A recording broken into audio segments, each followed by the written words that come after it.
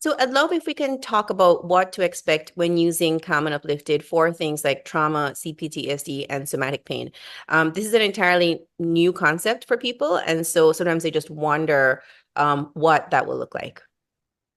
Yeah, I think the biggest thing is going back to that ventral vagal tone. It's increased feelings of safety, calm, clarity, and overall mental balance, and physiologic balance as well. It also, another thing to expect is reduced severity and frequency of triggers or trigger events when they do occur. Well, reduce severity and frequency with continued use, but also it can be used during triggering events to kind of defuse the situation. So again, that's more of an acute application. But again, that baseline will get better over time. People can expect in general improved sleep, but in terms of both quality and quantity, reduce nightmares and flashbacks if they have pretty severe PTSD. Overall, by increasing vagal tone, digestion will improve. Food allergy, these mysterious food allergies or intolerances, not allergies, but when a lot of people will start reacting to everything, their nervous system senses everything as a threat. So all of a sudden they can't eat this, they can't eat that, they can't eat this. So overall, I've seen people be able to eat more because the nervous system is really the root cause often of digestive issues, not always, but often. So improved digestion is something that I see a lot. Overall, just less baseline stress, and improved response to stressors when they do naturally arise, because life is stressful. So fewer trigger events and less intense trigger events, like I said, but also more space and more of an ability to respond instead of just react and snowball. And also easier access to kind of the heavy lifting of self-work, including self-care, implementation of dietary or lifestyle changes. And again, that includes sleep. So improved sleep will also help with all of that. Also, I see very regularly improved treatment response to whatever other therapies somebody else is already doing. And I'll get into that also more deeply in a minute. But generally, it helps to improve treatment response to therapy or whatever else somebody is doing. And then, of course, just less mysterious aches and pains in the body and more access to what lies deeper to the pain, which is stored trauma or stored emotion that needs to be moved. And again, it brings those subconscious patterns into conscious awareness for processing, which is why I always say it's good to have a trusted physician, psychologist, or therapist, coach, or somatic therapist on board, massage therapist, somebody on board to assist in the process in case something does kind of emerge from the subconscious into the conscious mind. It can be talked about, released, and processed in a helpful way instead of just getting stuffed back down into the tissues. Yeah, I love your theory on this, on better out than in. Yeah, I always say that. I said to every patient all the time, better out than in, even when using the product. Let's say somebody's using the product and all of a sudden there's some sort of sticky emotion that arises or some memory or a flashback. Move it up and out. So if that presents as tears, cry it out. If you want to scream it out. If you want to shake it out. If you need to move and take a walk, do that. Anything that moves the emotion and releases it from the body is beautiful. It's going to look different for everybody. It's going to look different depending on the emotion, but I always say better out than in.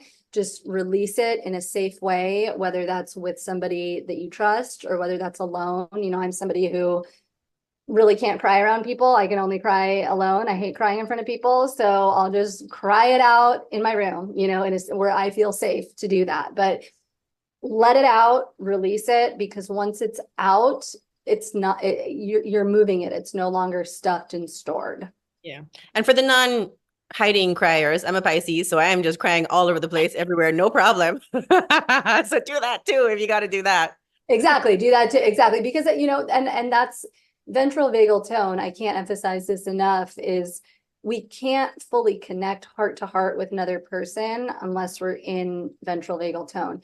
Just like we can't access creativity when we're not in ventral vagal state. So, as long as you feel safe, vulnerability, there's tons of research on this. Vulnerability allows other people to be vulnerable too. And, just sharing that. And it's an honor for me as a provider when my patients, especially who are really guarded, if they have cPTSD, when they feel safe enough to cry in front of me, it's an honor, and I hold space for that because, again, better out than in, but also it's healing. It's very healing. In Ayurveda, tears are a waste product of the nervous system. It's how it shows that the nervous system is detoxing on a physical level according to that system of medicine. So let it out and be vulnerable with other people. It allows other people to also feel safe to be vulnerable with you. Yeah. And I know everyone is different. Everyone's journey is different depending on what happens, depending on the work that they're pairing with it. But is there some kind of timeline that you can share or not at all? I know even when we started this conversation, I was saying that, you are speaking so slowly. And you said to me, It's a it's kind practice. of And yeah, and it's because I'm no longer in constant fight or flight, feeling like I'm having to defend myself and live in survival mode. So that allows me to slow down. And of course, I used Calm and Uplifted before the conversation, which helps keep me clear and calm and balanced. But timeline wise, I mean, definitely the acute effects, most people feel within seconds to 5 to 15 minutes. And then again, those acute effects last for about 6 to 8 hours on average. Everybody's different. So if you fall outside of that, there's nothing wrong with you. Everybody is different. Every nervous system is different. But those more long-term changes, I would say, happen generally, I've seen in kind of the 3 to 6 month range. It really depends on the depth of the trauma and what is held and stored in the body. Again, if it takes longer, there's nothing wrong with you. It's every body is different, but it could take, up to a year. But in general, I would say a good average is about, and some people, I'm a very fast responder to things. I'm a very fast metabolizer. Everything for me is very quick. So for me, I noticed changes probably within 2 to 4 weeks, like even those longer term changes, like I'm just fast like that, but I'm an outlier. So again, anything, whatever, there's no right or wrong, but on average, I would say just looking back, most people within 3 to 6 months would say, wow, I was going from being triggered 10 times a day to now I haven't had a trigger in 2 months. Or wow, like you saying to me, wow, I'm speaking so much more slowly. I'm just more present. Something that I noticed was I was no longer constantly distracting myself when I was with patients. When I'm sitting with patients, I'm totally 100% there, present with them, listening, totally connected. I'm not just sort of dissociating or going off in my head, spiraling about other things. And those kind of long-term effects, I definitely started to notice within probably 1 or 2 months, but I would still say a good average is about 3 to 6 months of continued repetitive use of a therapeutic dose. Yeah, it's so funny because sometimes people ask or wonder, like, can I change my personality? But Yeah. but a lot of how our personality is appearing is our neurological wiring. So yes, you Exactly. can change it's called neuroplasticity. Well, and I think one of the best testimonials I ever heard was when we were at the NAMA convention, and somebody, I recommended she use it head to toe after her morning shower. And she did, and she came back that day and she said, wow, I feel like myself when I'm at my best.